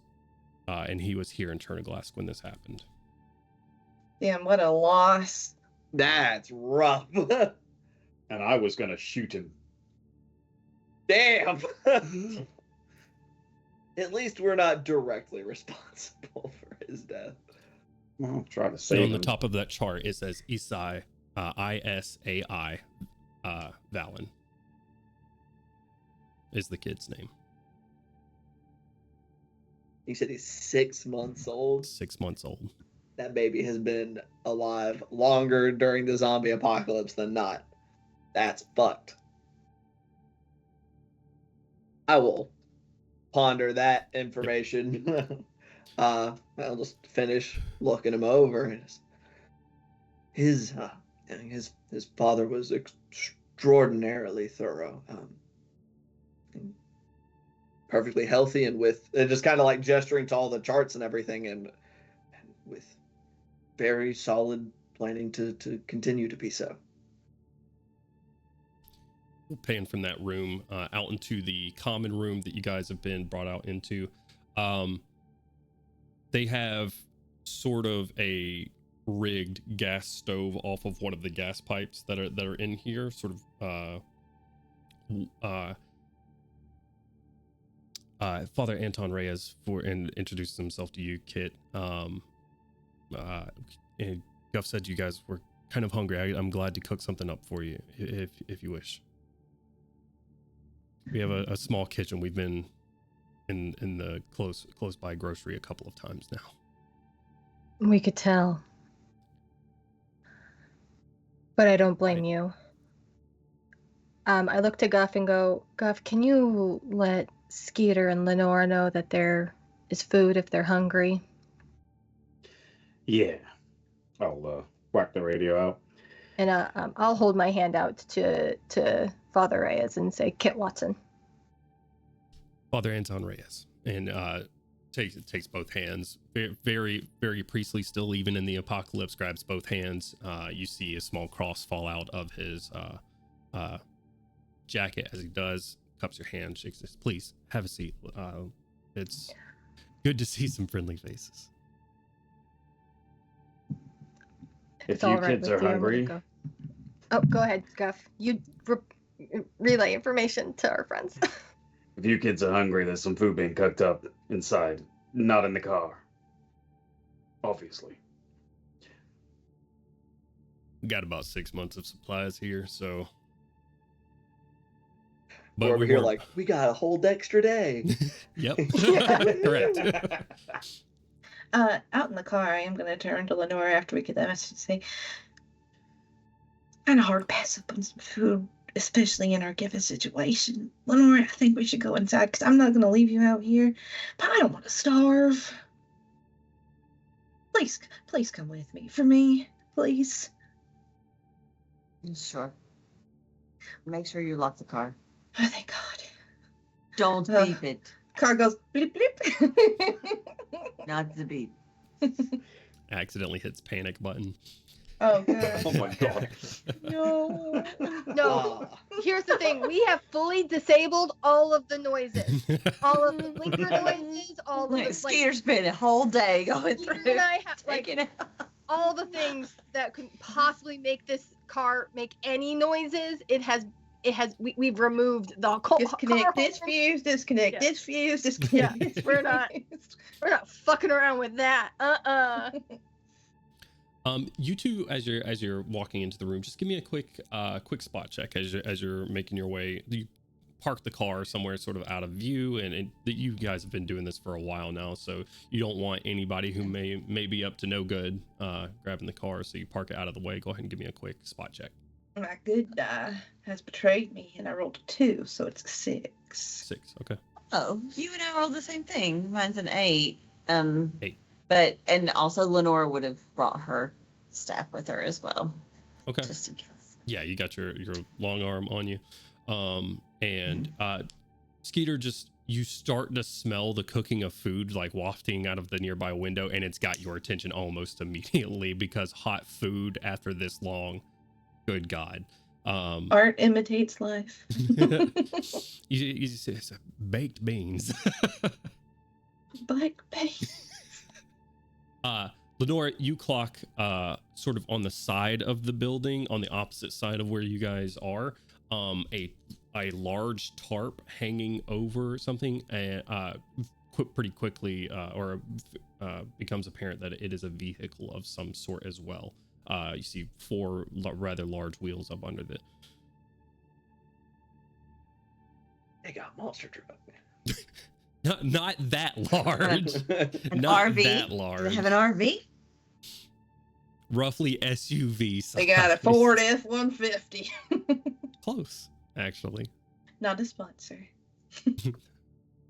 But you guys opens the door. You got a bald dark skin guy that sort of opens the door for you, lets you in. Oh, come on in. Yeah. Their father is cooking up some food right now, and I'm sorry I didn't catch his name. The paramedic went back to check on Isai, but feel free to have a seat, or his room's right back there if that's where you're going. I'm wait, I forgot his name. I'm Roderick. Rook. Shake his hand. I'm Skeeter. It's good to meet you, Skeeter. He just sort of chuckles, shakes his hand. It's good to meet you, Skeeter. Lenore. Nora. Roderick or Rook, it don't matter. You guys can sit in here. Other areas should have something pretty good cooked up here in a couple of minutes. Hawk, I'm gonna head outside and just do a quick perimeter check to make sure all the noise didn't bring anything else around. Buddy system, always. Jenna. I go. Okay. Roger just shakes his head. All right, cool. Let's go. Skeeter's interest is piqued when she hears father, because she is a Christian woman. Sure. And so she is going to venture into the kitchen and see if she can just, I don't know, introduce herself, I guess, to Father Reyes. Yeah, you see a guy, tan skin, sort of on this rigged up stove at the moment. He's got a pot of baked beans going. He's got some like canned or like potted meat sort of simmering as well on the side, as well as some like canned veggies of some sort, like canned collard greens or something on the side as well. Just 3 pots going on the stove at the moment. Oh, ma'am. Hi. Father Anton Reyes. Pleasure. Father Reyes, well, thank God for you. And then I go shake his hand. I'm Calliope. It's my Christian name. It's reserved for Christian people. Calliope, it is a pleasure. Blessed be that you're here. You need any help in here? I'd love some. He sort of takes one of the 2 implements he's using to start, just sort of hands it over to you, smiles to himself, says, starts making small talk with you. How long have you been here in Cherniglask before all this? How long would you say I had arrived before the... It's up to you. Probably like a couple days, yeah. Okay. Yeah. A couple of days. Yeah. Unfortunate timing, Well, he does test us, doesn't he? Mysterious ways and all. But you're here, I'm sure, for a reason, and now you're here, and well, we're together, and isn't that I'm not good at being a priest. I'm not good at being a Christian woman. I understand. Oofda. He says, Most of them aren't. Oof. Shots fired at Christian Cut that as out. a whole.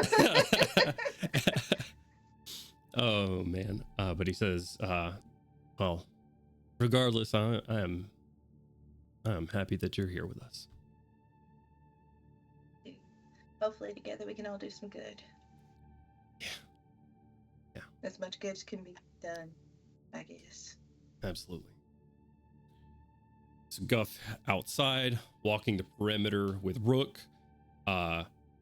Leonard with Jenna in the room, checking on Isai. Lenora and Kit.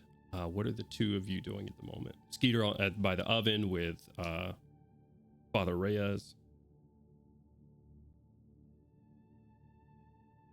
I think that I am gonna speak with Lyle and just be very like direct with them of why would your doc need to say save him?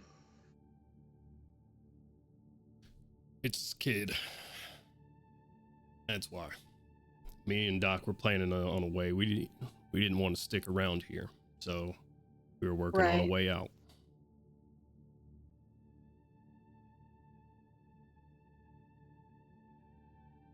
So my assumption is he thought that your friend there might be able to help make that happen. Guff is a pretty good shot. Pretty good shot right now is useful. More than. Doc was Don't also disagree. an idiot in that case. Could have sent out anybody for that, but he didn't want them. They started as soon as that damn bell came around or came crashing down. They started slamming on our windows, and well, he had to make a run for it. So So you need a good shot and you need a paramedic. We've had both. We have both. I think there's powers and numbers in general, so I'm not going to say just two of you can come, but you know, the more the merrier and all that. More guns pointed in the same direction. All right, then what's the plan? Sort of looks you up and down. I want you to give me a diplomacy check there, Kit. Yeah, I actually have pretty good diplomacy. That is a 4 plus a 3 is a 7. 7, okay. Looks you up and down. Just sort of gives a nod. Says, here. I'm going here to the common table, so I ain't got to say this multiple times, I suppose. Who's in Right. there, sits down with the rest of you. The rest, Father Reyes and Skeeter putting out dishes on the tables. Please eat up. And Jones, before yeah. you continue, I because I was also in the military, I think that like Kylie don't know the proper language, but Kit would know of like addressing him appropriately, because like I'm assuming he is a higher rank than what Kit was when she finished her tour. So it's very much like I am a soldier being asked or like asking what the mission is. So I'm just, using that connection there of like military to military, soldier to soldier. 6 on the dice for his insight check. As you guys are walking over, if they're having this sort of conversation off to the side, walking towards the common area, how long? 8 years. Respectable. 32. Retired. Joined when I was 17. Something we have in common. Yeah. Not Yeah, that no, and I was not like, that it means shit now, he says as he just sits down. No. just To sit at the table, it says, hang on a second. Let me go grab some stuff.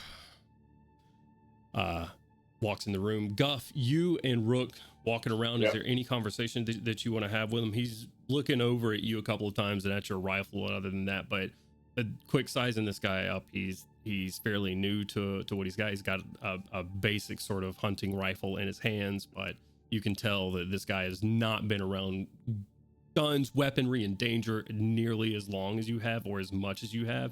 You think that he was going through training when this may have happened and did not graduate on to the force proper when this happened. Yeah.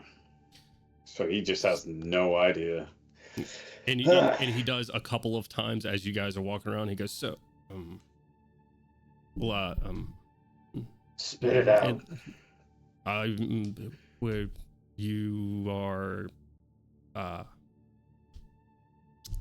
points at the rifle. He says, they said you did some, Assassinating, yeah. Oh. Yeah. So what did you do? Well, I was Yeah. Yeah. Look, just keep your eyes peeled and your ears sharp. blinks a couple of times and looks around again. Go ahead and give me a listen spot check while you're out here with him. Sure thing.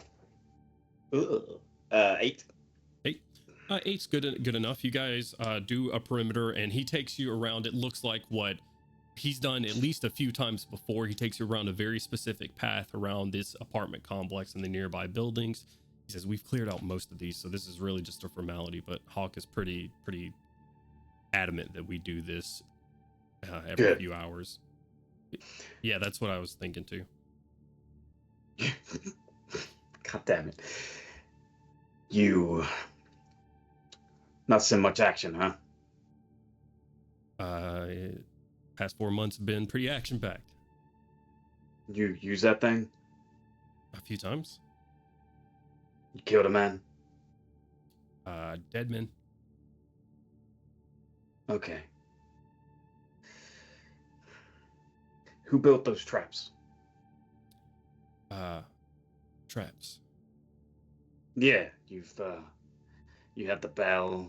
Was Oh, the window. That was Doc's idea. right. The smart one. Yeah, he was pretty crafty. So you have one with a good gun arm and a smart one. What do you do? I'm also a gun arm. Yeah. Okay.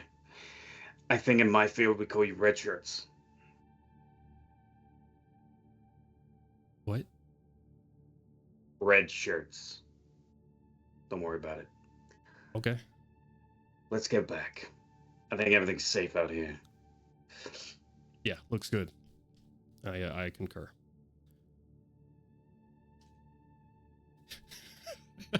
Walks around back into the building. Such a dick. Shaking off the cold from outside. Guff, you smelling some awesome hot food. Everything in here comes out of cans, but it is hot food, which is, can be picky. And it smells delicious at this point. You guys sit down.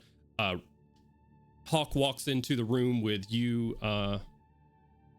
Leonard. We got some food on the table. Grab some documents and files and stuff off of a different shelf that you're in. We got some food in here. Leo, was it? Leonard. All right. Well, we got some food in here. Come down. We're about to talk to Kit. Thank you much. Sort of just looks at the kid and shakes his head and walks out. Yeah. I'll follow him out. Yep. Hey. We got you all sit down with some dinner, talking to this group of survivors. He says, Doc had a plan. He's pretty crafty, regardless of recent decisions. Takes a folder of and it looks like opens it up and slides it across the table, and it looks like almost an owner's manual for a piece of equipment, but far more advanced than that. Flips it out, spins it over to you. Doc was working over at the hospital for a few months at this point. Thing is, his skills were needed everywhere, so he operated on folks across the world. They would use satellite technology to remote him into surgery rooms wherever he needed to be. Thing is, in things like this, that satellite technology cannot go down. It is in a surgery. So he told me. He said this was the way to communicate out. We should be able to, as long as we get power reestablished. The first part of the plan. Be able to communicate out of Chernoglass to somewhere to get help on the way. Can I make a knowledge history roll? Sure. Like, oh, buddy. What are you trying to gather? So Kit and Leonard work for Doctors Without Borders. Sure. And like, would Kit know about this technology? Because like in the more, again, isolated communities, you have to have something. Yeah. But that's only going to be a 6. I don't know a whole lot. What are you trying to gather? Do I roughly recognize this technology? Like, is this something that Kit would have encountered, protecting the doctors and the paramedics and stuff? I think Kit would have known it, sort of nebulously, in the fact that there are technologies that could save a lot more people that aren't being used because this type of technology isn't used to save poor people. Is the simple truth of the matter, right? Which you are going to much poorer areas on these missions and stuff, and you would know. It's like, why wouldn't they do something like this? Like, there is a doctor in the world that could do this from the comfort of his own home. I don't think with a 6 that you know any details about the equipment, but you would know of it. Yeah, I think I would look over at Leonard and just kind of like shake my head of like all the work we did. Like, that's something Leonard has had to make a certain amount of peace with, probably years ago at this point. That is the way it is, and that's why organizations that like what we do what they do, because fucking people with the money won't do it. Yep. So that would require having to go to have you all already been to the power plant then? It's a ways away. Mental. He's thinking mentally while I'm looking at the map. That's a fair hike. It's a fucking track, yeah. And as soon as we do, if we do, we gotta. When that happens, the whole city comes back online, or at least we're turning on entire city blocks at a time with this, most likely. And when that happens, shit's gonna hit the fan. So more ways than one. That is with as much damage to city infrastructure as there's been. There will be fires. Yep. Hopefully not in the hospital. Good news is fire suppression systems should come on. Hospital's one of the buildings that's going to have it. Right. So if you haven't been to the pharmacy, good gracious, if you haven't been to the power plant, have you been to the hospital? Nope. One of us who knew it like the back of his hand, right, apparently just died. Right. Have you looked for backup generators? Thought about that? There should be one underground. There always is in medical centers. Yeah. Ran out of fuel probably a week after the power grid went down.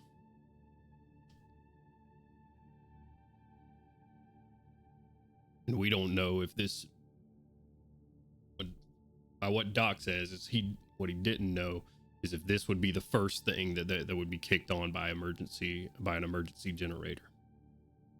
Could be emergency services first, and it'd be a gamble regardless. Yeah. We thought our best bet, get power on to the entire building, go in there, make a call out, and hold until someone got here. There. If. Suppose that's correct.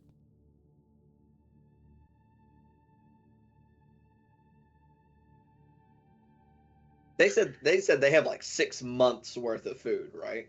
They have a decent amount of food, yeah. They have a good amount of food.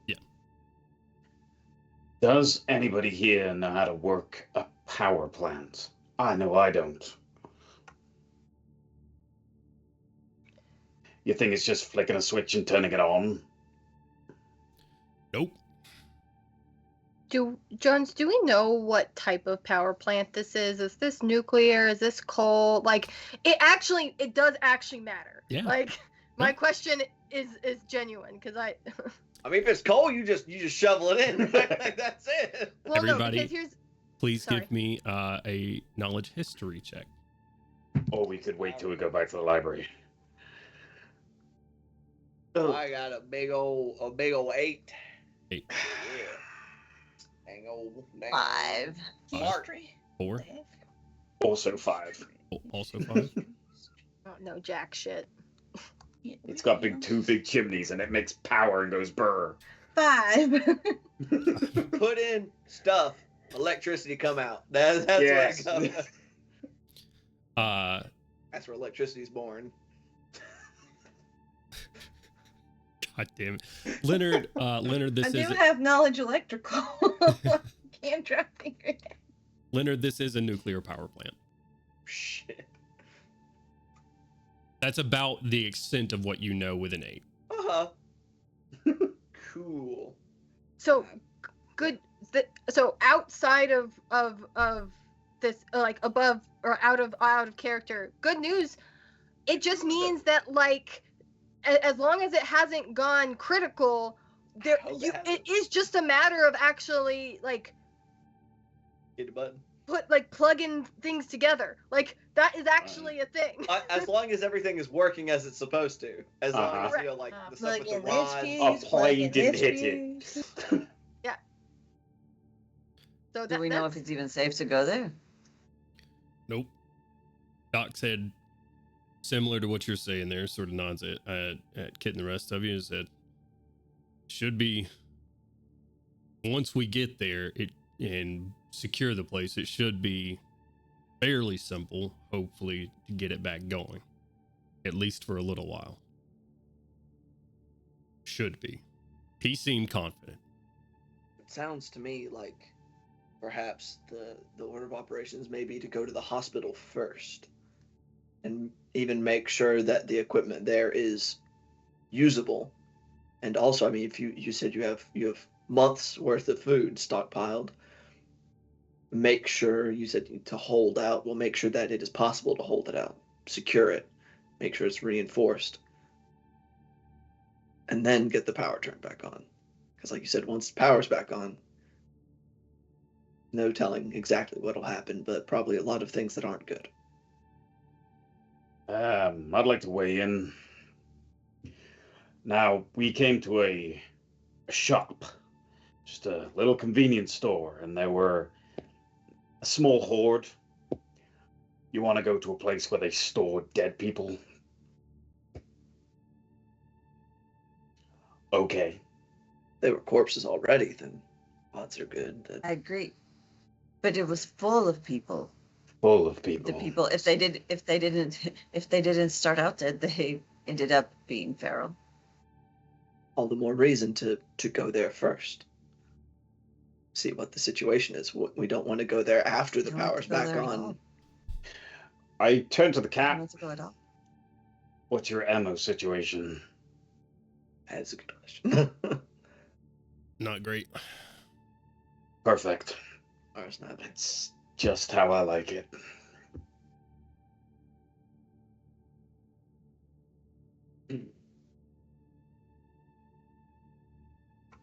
Any other options?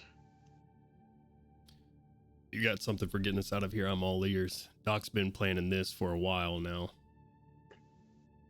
We have someone that might be able to fix a plane if we could find one. If we can find one. Everything I've seen around the airport, we've scouted out that area. Either gone or dead.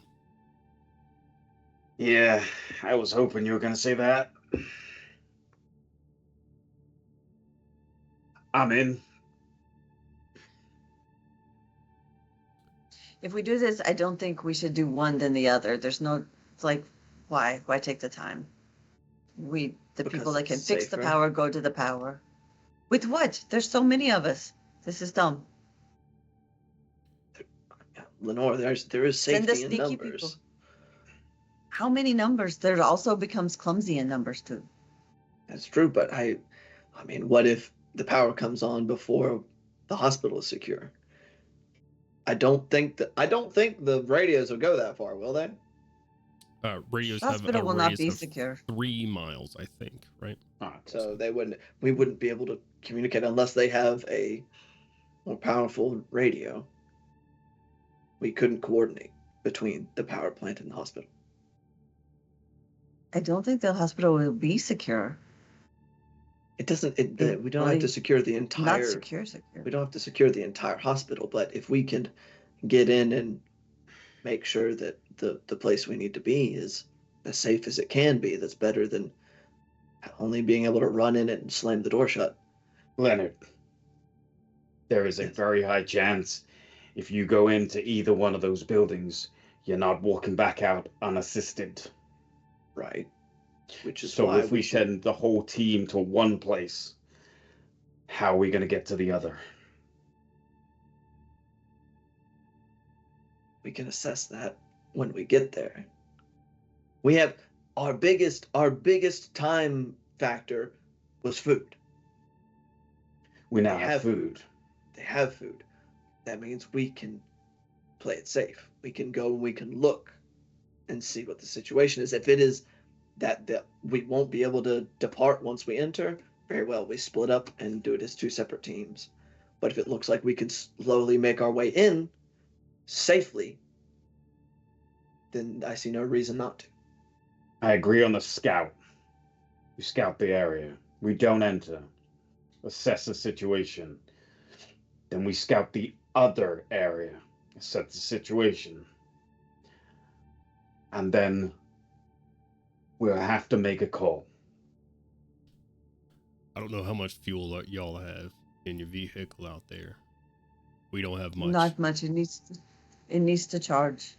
We have very little. We can Barely enough spend a to get few by. days working on a turbine, I think was Yes. mentioned. That was the plan, yes. Skeeter has the plan. As long as we're safe behind doors, we have a lot of time. So we should plan this meticulously. Assess everything, write down everything, be prepared for everything. Agreed? And then do the thing that we don't expect.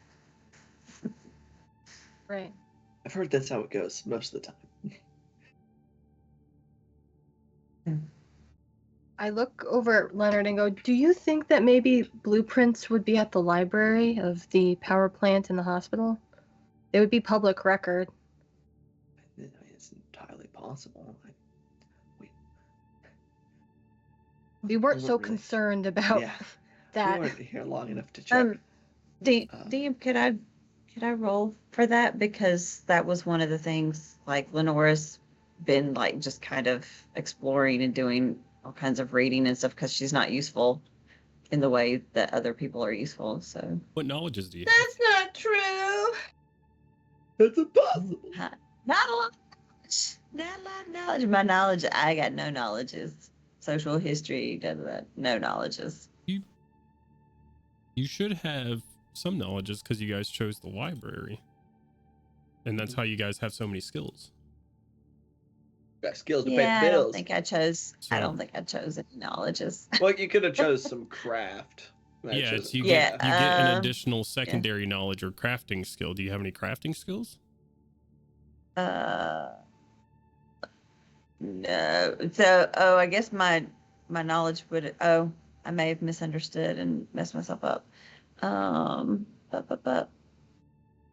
Because I chose medicine knowledge for my secondary. You got when we went to knowledge the library. medicine. Well, it's not knowledge medicine. I think I messed up, and I just chose medicine for my secondary. Gotcha. I think Yeah, medicine is a fine choice of those. But what would you like to roll, and what are you looking for? in that roll? I guess just a like whatever. I guess it would be a knowledge history to like thinking back because she spent so much time like reading and like prowling around the library and that kind of thing to see if she remembered seeing anything specifically where she could be like, yes, we've got that, or I saw those things. Oh, so as far as the blueprints, just making sure For that the you for have them on the for the hand. blueprints or Yeah. or anything kind If- that's like related to like getting from point A to point B or electrical Yeah, stuff. I think let's do just a Books on. retroactive, like a retroactive spot check. Okay. Yeah. Oh, so that was a 6 on the dice. So my spot checks are good. So that would have been a 12. Yeah. Easily. You have public record now. If they're up to date, you notice they were a few years old, so there may have been like structural changes of like construction updates and stuff like that haven't been submitted here to the library for public record. But you guys do have a basic layout of both the hospital and the power plant. And so she'll just confirm that stuff to everybody. Yeah. So you and just with that spot check, I would say and putting the whole plan here together. So you have the basic layout of the power plant, which you guys don't know much about. Leonard just heard it like via like some news broadcast before all of this happened. Heard that they had a nuclear plant here in Chernoglask, and there were some protesters outside of it, just against nuclear power in general. But that's about all he knows about it.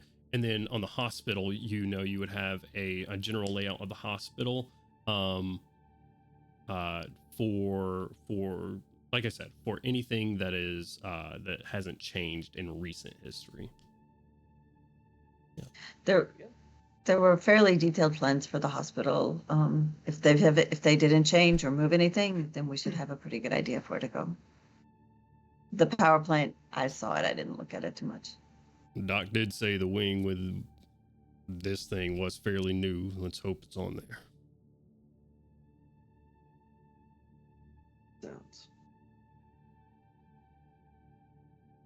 Sounds like a good first step is to go look. I need to bring up anything about fuel again. We're running low ourselves. Right. We had a gas station up the street here, but we've siphoned everything out of that. So, reiterate. Our First car thing to do, doesn't run on fuel. make sure we can charge our vehicle, and that way, the one that is rechargeable can be used to go from point A to point B until we need to transport everybody. How about that? Skeeter, did you get everything you needed to make the charger? Did we determine that I didn't grab the things, or was I shoveling them in my bag, but then decided to not spend I more think time? you decided that it would take too long, but you guys are not far. You're like a stone's like throw away 2 from the blocks, grocery store. right? Yeah. But also, I would say, give me a quick spot check there, Skeeter. All right. Do you guys have a 3 on the dice plus 6 for 9. Walking around the store and you noticing sort of the area that Kit was in with the home improvement that was missing a lot of raw materials and steel and stuff, you look at the windows and realize that these bars were put up here after the fact. These aren't. So you're looking at a lot of the raw materials just sitting on the windows. Hmm. You tell me the bars are aftermarket? Really? Aftermarket bars. You fooled me. Well, I didn't grab anything at the grocery store because I thought it was a lost cause, but it seems like they have materials here that we can use, if y'all don't mind.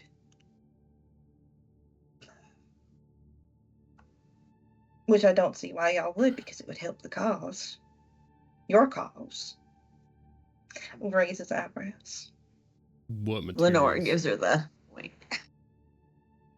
You say what materials? Yeah. Should I do another check, or do you it just No, like the bars? I told you what it was. Yeah, just the bars.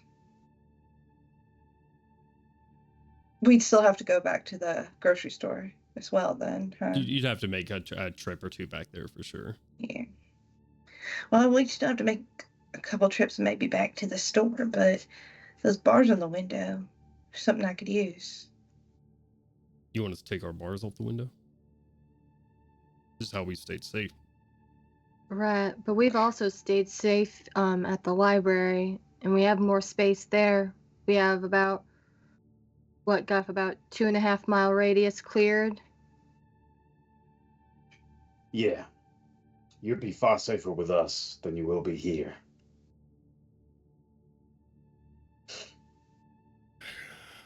Well, it's not just me. He looks the rest of the crew that's with him.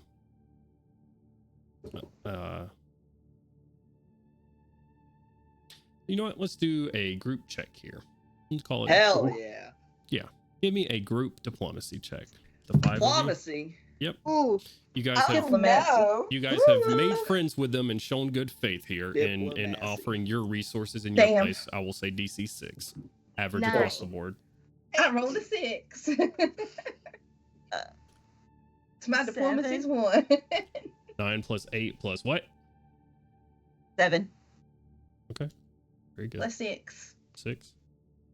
And with me deliberately calling them different names and red shirt guy, I rolled a 4. 4. Okay, I still think you guys are good. Shocking. Guff isn't very personable, huh? He's not. Oh, you think? No, I'm Neither getting am that. I, and I still I'm made it to getting that 6. Career murderer does not make friends easily. Newsflash. You guys, as Hawk sort of looks at the rest of his crew one by one, Jenna nods her head. Father Reyes says, of course. Rook shakes his head. Lyle, I guess we have it. There's a plan. That's where we're going to end this session. Woo! So, hey. thank you guys for joining us. I hope you had a great time. Thank you guys for playing with me. I also hope you had a great time. Wow. Hell yeah. We will see you guys next time for another episode of Blessed Be the Dam. Much love. Bye. Bye. Bye.